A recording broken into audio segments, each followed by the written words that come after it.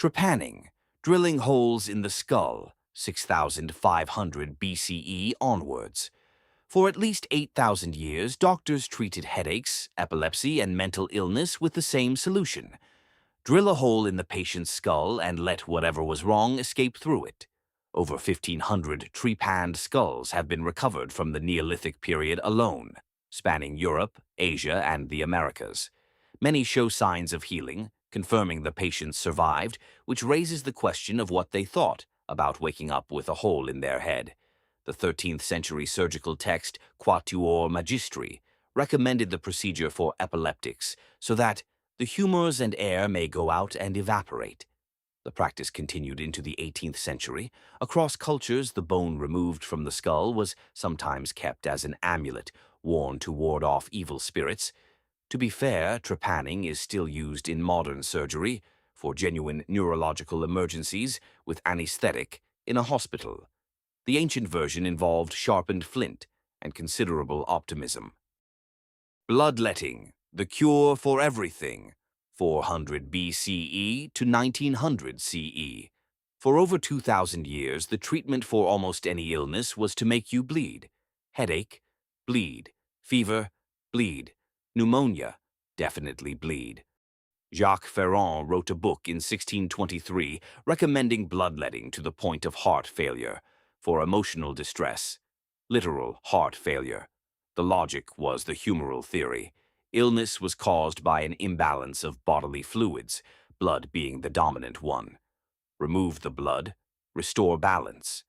One British medical text listed bloodletting as the appropriate treatment for over 100 conditions, including acne, cancer, cholera, and plague. Typically, between half a liter and 2 liters of blood were removed in a single session. George Washington, after developing a fever and sore throat in December 1799, had an estimated 5 pints of blood drained in approximately 12 hours by his 3 physicians. He died the following day of the throat infection and possibly the hemorrhage. His doctors disagreed on which contribution was larger. The practice persisted even after William Harvey proved its theoretical basis was wrong in 1628, and even after Pierre Charles Alexandre Louis demonstrated statistically in the 1830s that it made pneumonia patients worse. As late as 1942, a medical textbook was still listing bloodletting as a treatment for pneumonia. Mercury for syphilis. When syphilis swept through Europe in the late 15th century, physicians needed a treatment. They chose mercury, a decision that gave patients severe nerve damage, organ failure, tooth loss, jaw necrosis, and skin ulcers, while not reliably curing them of anything. The phrase at the time was, "a night with Venus, a lifetime with Mercury." Treatments included mercury ointments rubbed directly into the skin, mercury pills taken orally, and fumigation sessions in which patients sat in an enclosed space and inhaled mercury vapor for days at a time. The profuse sweating and salivation that resulted, up to 3 pints of saliva per day, were interpreted as signs that the disease was being purged. Patients were dying of mercury poisoning, and doctors took the deterioration as evidence the treatment was working. Numerous patients died from the mercury treatment rather than from syphilis itself. Mercury remained the standard treatment for syphilis for approximately 450 years, from the 16th century through to the early 20th, partly because syphilis naturally cycles through periods of remission, and doctors kept mistaking the quiet phases for cures. Penicillin was first used to treat syphilis in 1943. The problem was solved in days. 4.5 centuries of mercury torture became immediately unnecessary. Tobacco smoke enemas for drowning, 18th century. In the 18th century, physicians believed that tobacco smoke could revive the apparently dead. The recommended delivery method was not through the mouth, it was through the rectum. The logic, such as it was, tobacco's warm, dry vapors would stimulate the bowels, which would stimulate respiration, which would restore circulation. Resuscitation kits containing smoke enema devices were installed along the River Thames in the 1780s by the Royal Humane Society, which paid 4 guineas to anyone who successfully revived a drowning victim. Similar societies formed across European cities. Fines were issued in some jurisdictions for failing to attempt the procedure. The treatment was considered so medically serious that mouth-to-mouth resuscitation was dismissed as inelegant and the method practiced by the vulgar.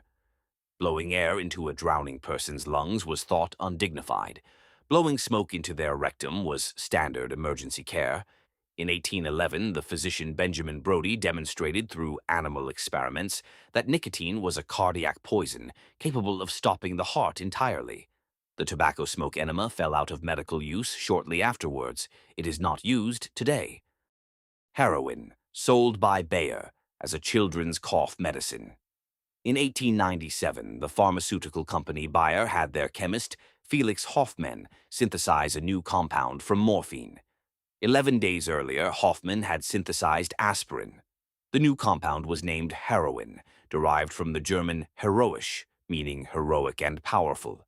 Bayer began selling heroin commercially in 1898 as an over-the-counter treatment for coughs, pain, and respiratory illness. It was marketed specifically as a non-addictive alternative to morphine. Physicians were told it was safe.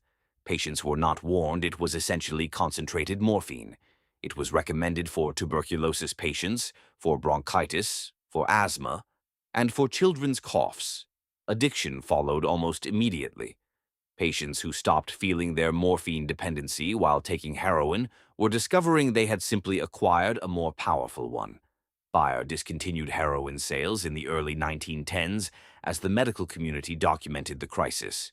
The United States banned its manufacture, importation, and possession in 1924. The same company had, 11 days before inventing heroin, also invented aspirin. One of these products is still available in every pharmacy in the world. The other is a Schedule I narcotic. Radium water, the great therapeutic force known to mankind, 1920s. Following Marie Curie's discovery of radium in 1898, radioactivity was widely perceived as the vital force of nature and therefore healing. Products followed: radium toothpaste, radium beauty cream, radium chocolate. The most popular was Radithor, a bottled water containing radium marketed by a Harvard dropout named William Bailey, who called himself Dr. Bailey sold around 400,000 bottles of Radithor between 1925 and 1930 at $1 per bottle. His most devoted customer was Eben Byers, a Yale graduate, U.S. amateur golf champion of 1906, and Pittsburgh industrialist who began drinking Radithor in 1927 after a physician recommended it for a lingering arm injury. Byers drank approximately 1,400 bottles over 3 years. By 1931, his teeth had fallen out. His upper jaw had been surgically removed. His lower jaw was gone. Holes were forming in his skull. His bones contained over 30 micrograms of radium, 3 times what is considered a fatal quantity. He died in April 1932 at age 51. His remains were so radioactive that he was buried in a lead-lined coffin. When his skeleton was exhumed for study in 1965, radiation levels were still measured at 225,000 becquerels.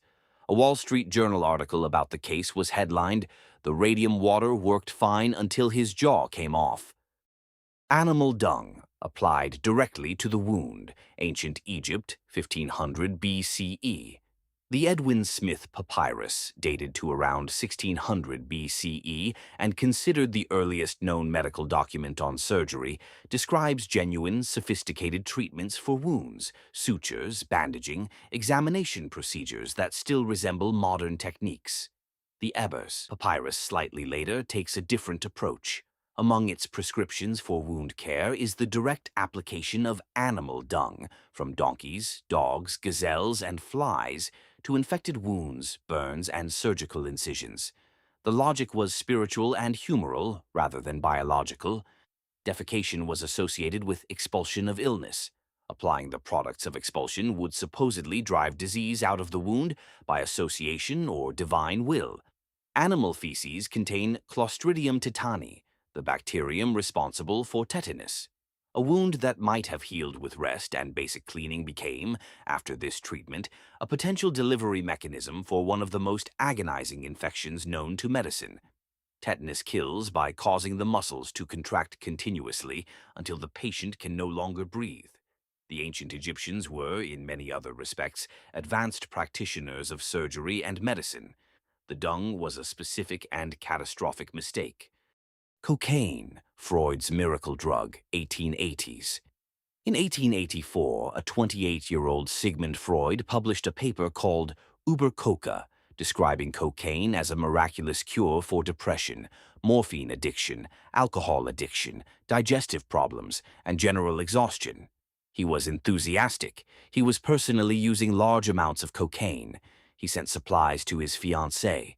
The paper recommended cocaine as a treatment for morphine withdrawal specifically. This was medically plausible to Freud because he had watched patients stop experiencing morphine cravings when given cocaine. He did not yet understand that they were simply developing cocaine dependency instead. He prescribed cocaine to his close friend Ernst Fleischl-Marxow, who was genuinely addicted to morphine and in significant pain following the amputation of his thumb. Fleischl-Marxow developed a severe cocaine psychosis and died 7 years later, having spent the intervening time in considerable suffering. In the same year that Freud published his paper, the ophthalmologist Karl Koller discovered that cocaine was effective as a local anesthetic, numbing nerve tissue on contact. This was a genuine medical breakthrough that is still used today in eye surgery and nasal procedures. Cocaine had at least one legitimate application. Unfortunately, Freud's paper was not about that one. History is only remembered when people keep talking about it. Leave your thoughts in the comments and subscribe.